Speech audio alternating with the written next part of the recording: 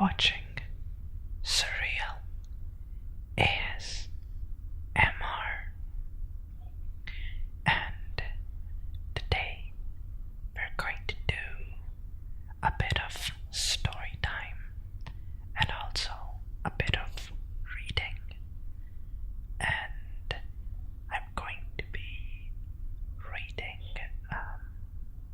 a passage from one of my favorite books, which is The Pale Blue Dot by Carl Sagan. So, today I'm going to be telling you a tale of a couple of space probes named the Voyagers.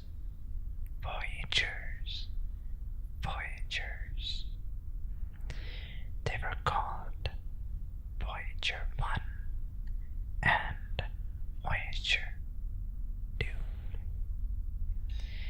And they were launched in 1977. And they were launched to study the outer planets of the solar system. But I think their significance is more on the philosophical level than it is on a scientific level. And of course they did provide us with valuable insights about our solar system. But they also gave us a couple of other very precious gifts, which we're going to discuss right now. So, the Voyager space probes, unlike other space probes that we send into space, they weren't really heading for a particular planet like Cassini and Galileo, which orbited the Saturn and Jupiter. They were actually heading out from the Earth.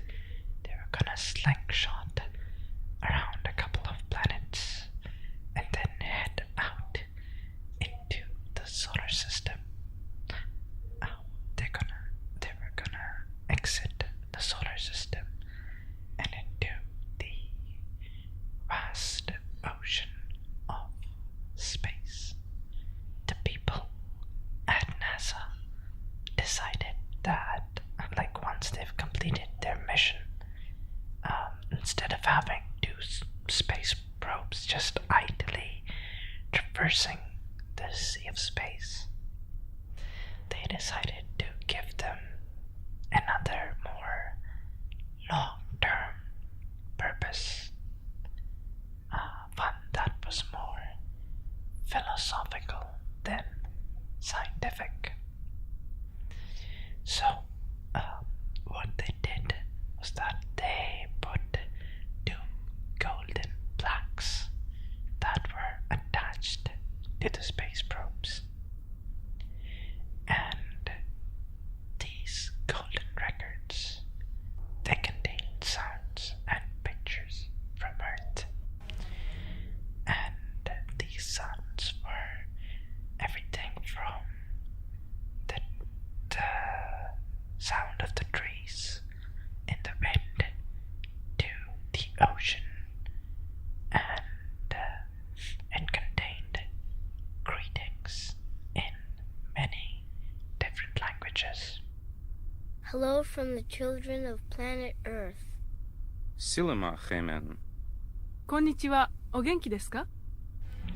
The purpose of these golden records were that billions of years, perhaps billions of years in the future, when all mankind ceased to exist, and even the Earth, 5 billion years from now, when it would be engulfed by the sun, these space probes would still be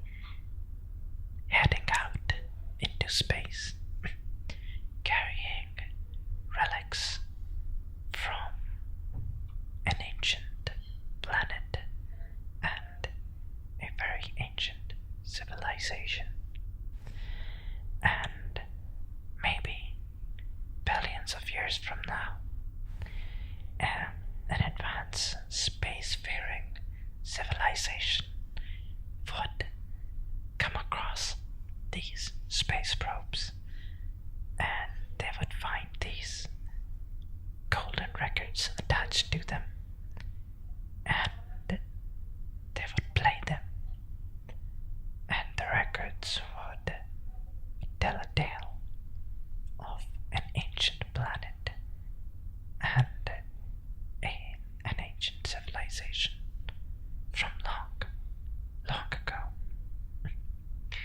And in the words of Carl Sagan, who was one of the leading figures in the Voyager project, said this about the whole thing: the launching of this bottle into the cosmic ocean says something very hopeful about life on this planet. When it comes to the Voyager spacecrafts, that wasn't the golden records weren't the only things that held a philosophical significance.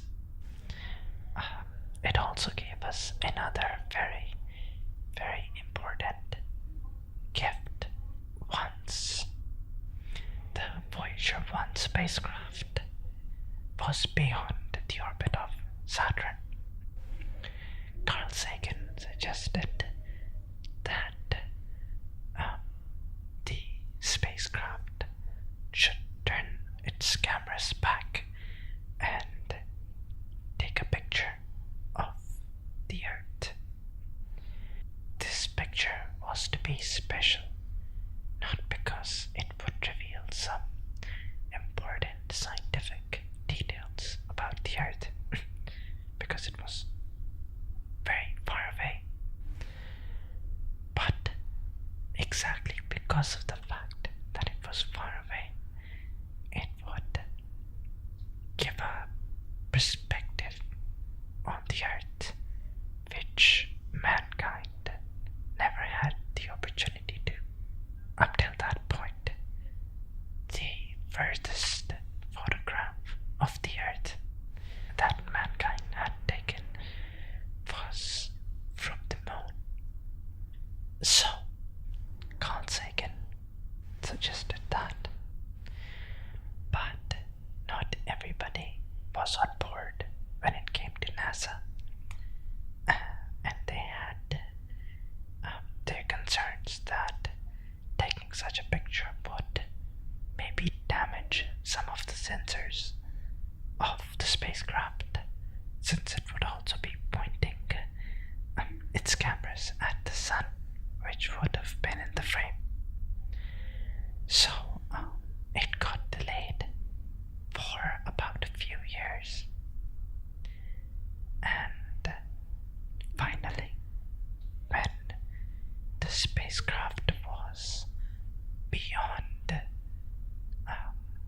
the orbit of Pluto, everyone was finally on board and the paperwork was done. And on February 14th, 1990,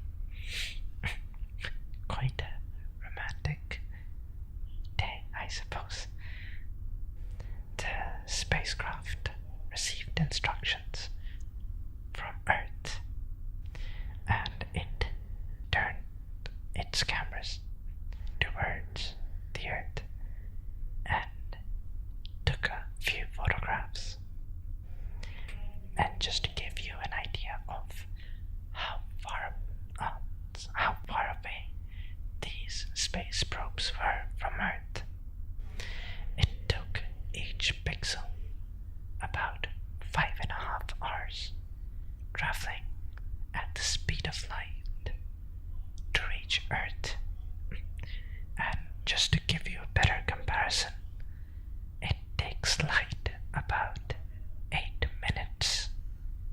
sun to reach Earth. So 5.5 hours, quite a significant distance. And this was the picture that the Voyager spacecraft sent back to Earth.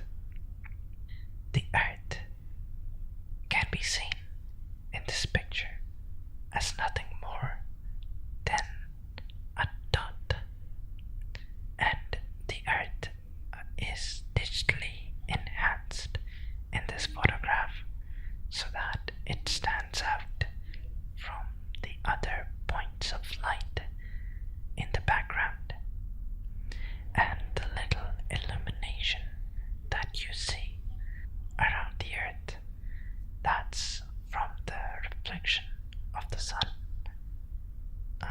on the camera lens. So now let me return to what I mentioned at the very start of the video, and that is that I'm going to read a passage from a book, The Pale Blue Dot. And this book is actually named after this very picture. And just to give you a little more context, this was all taking place in the era of the Cold War, where there was a threat of armed conflict between the United States and the USSR. And there was a very plausible situation that if such a conflict were to ever occur, then it could have resulted in an all-out nuclear war, which threatened the very existence of the human species. And out of all of that chaos, this space probe took this picture. And without further ado, let me read from the book a passage from The Pale Blue Dot about this very picture. And let's hear what Carl Sagan himself had to say about this. From this distant vantage point, the Earth might not seem of any particular interest, but for us, it's different. Look again at that dot. That's here. That's home. That's us. On it, everyone you love, everyone you know, everyone you ever heard of, every human being who ever was, lived out their lives. The aggregate of our joy and suffering, thousands of confident religions, ideologies, and economic doctrines. Every hunter and forger, every hero and coward, every creator and destroyer of civilization, every king and peasant, every young couple in love, every mother and father, hopeful child, inventor and explorer, every teacher of morals, every corrupt politician, every superstar, every supreme leader, every saint and sinner in the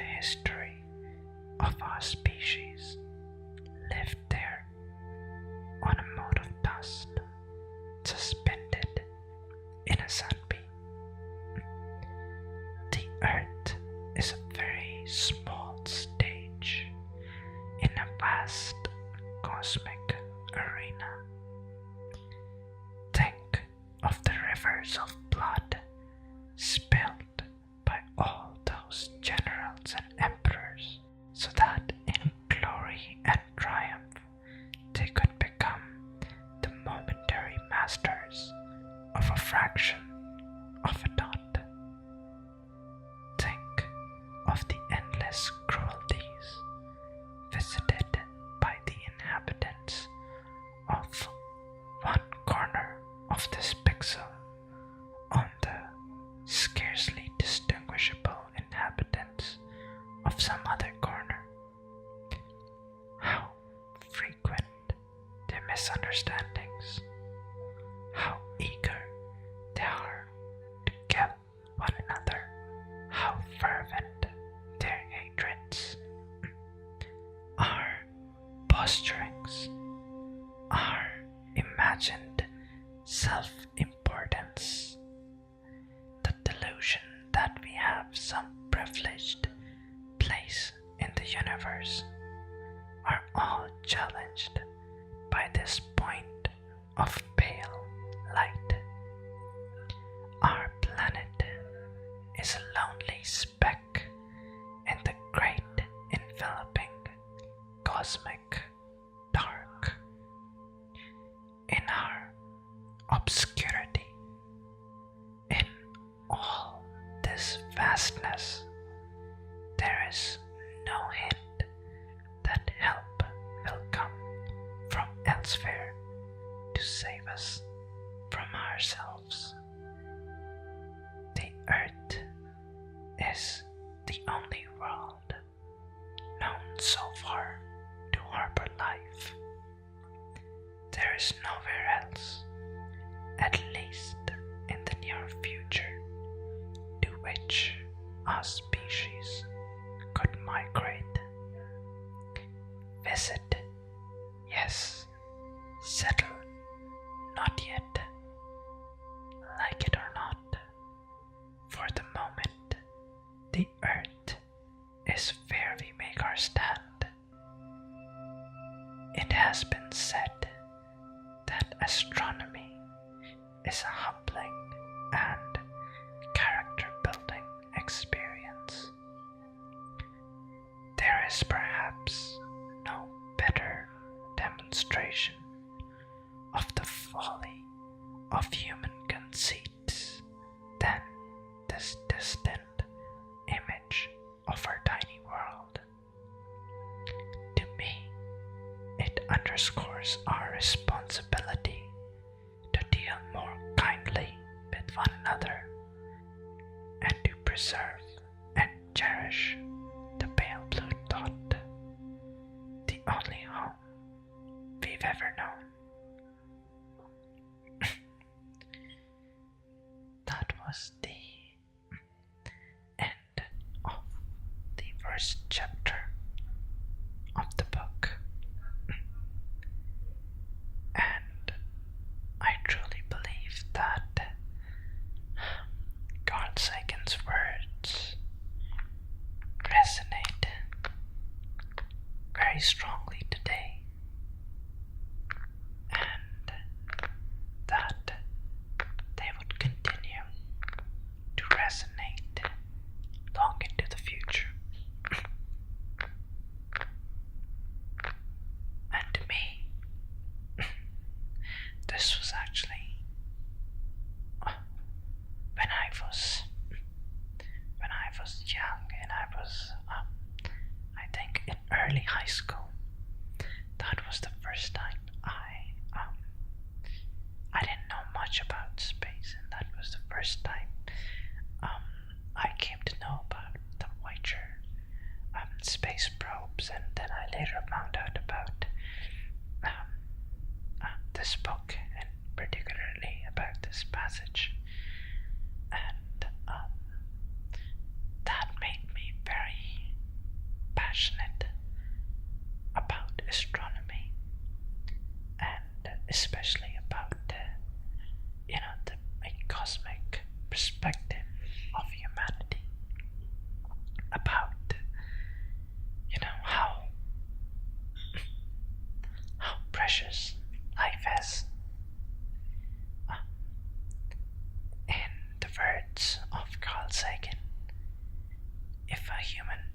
agrees with you, let them be. You won't find another one in 100 billion galaxies. Especially this passage makes you care more about your fellow humans. You know, whether you agree or disagree with them. We can't argue that we should try our best to get along with each other and to just accept that life is a very precious and a rare gift and that we should respect that. But anyways, that is all for this video. I hope that you enjoyed it. I definitely enjoyed sharing this with you. And if you liked it, then please consider subscribing and hitting the like button. It really helps me out as a small creator like me.